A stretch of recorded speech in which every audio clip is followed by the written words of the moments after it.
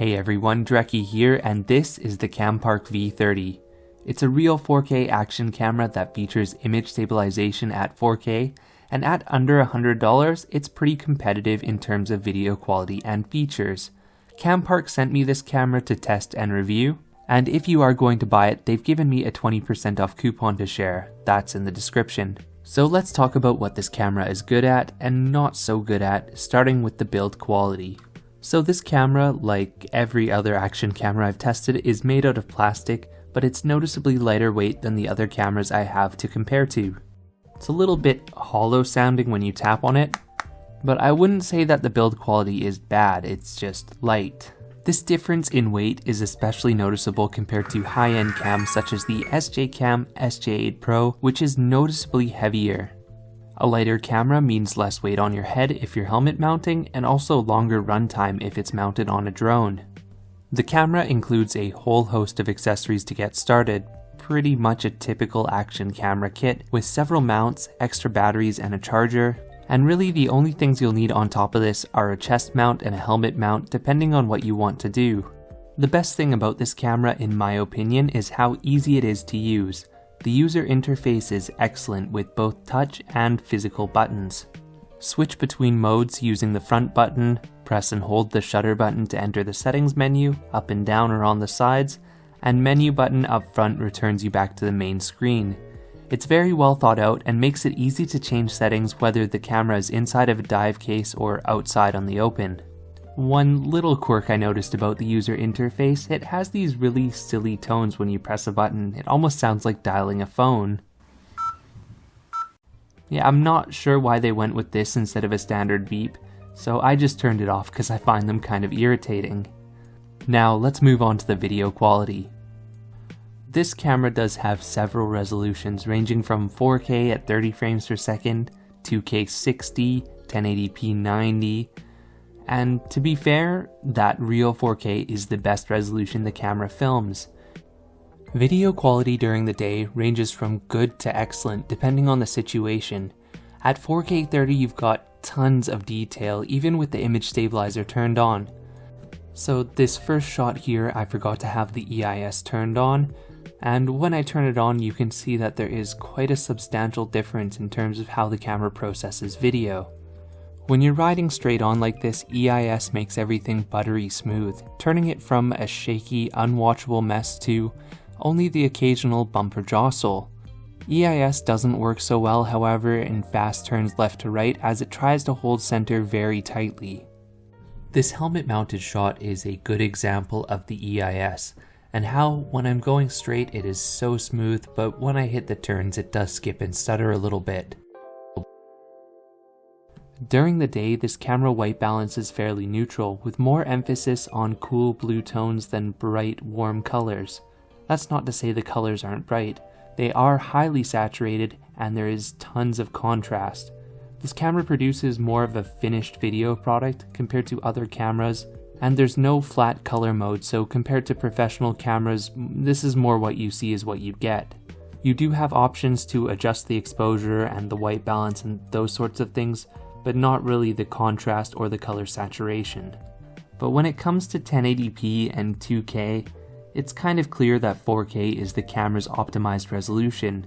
To be fair, 1080p is not so bad, so I'd stick between these two resolutions, 1080p 60 or 4K 30. The 2K resolution somehow looks worse than 1080p, so it's best avoided. And if you're starting to have a sense of deja vu and notice some similarities to a previous camera I reviewed, the Akaso V50 X, well, yeah, you're not the only one. I'm going to leave you on a cliffhanger though and just say that these cameras are very similar. If you'd like to see the full review, you're gonna have to subscribe.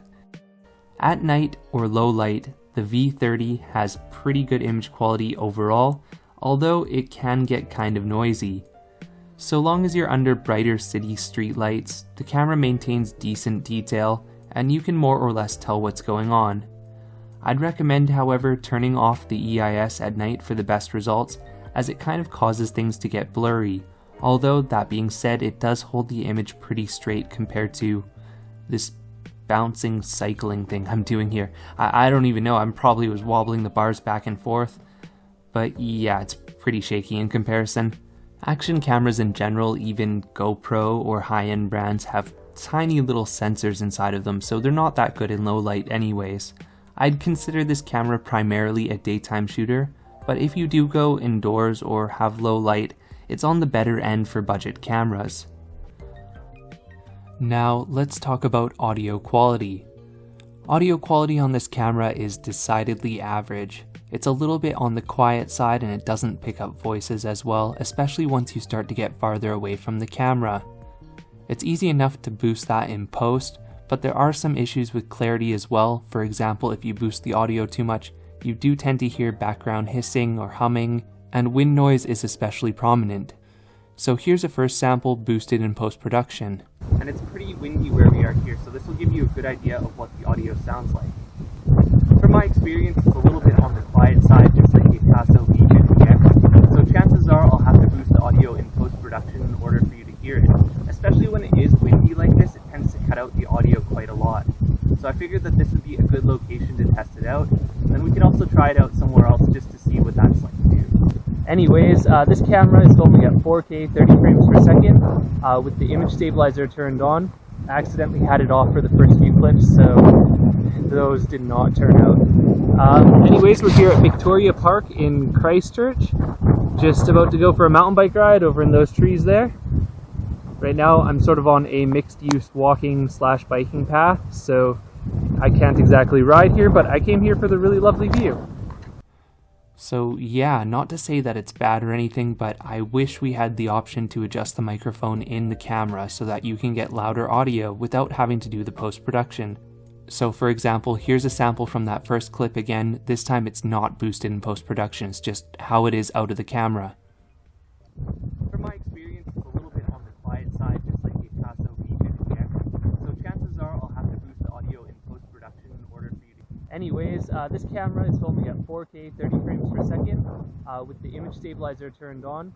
I accidentally had it off for the first few clips, so those did not turn out. Anyways, we're here at Victoria Park in Christchurch, just about to go for a mountain bike ride over in those trees there. Right now I'm sort of on a mixed use walking / biking path, so I can't exactly ride here, but I came here for the really lovely view. And yes, you can still hear my voice, but once I get farther away from the camera, it definitely becomes harder. This camera does support an external mic, but at this time I don't have a compatible one to test it with.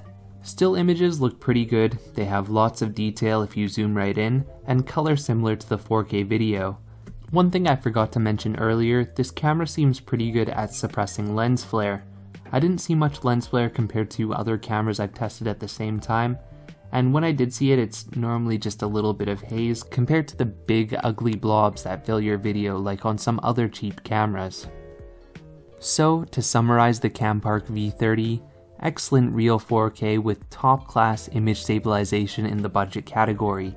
Audio quality is decidedly average, and average build quality. Don't forget to subscribe if you'd like to see the comparison between this camera and the Akaso V50 X. Thanks for watching, and if you have any questions, please leave them in the comments below. I appreciate all your support.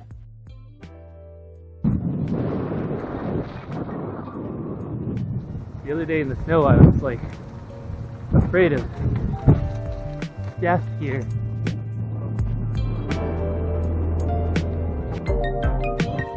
Whoa.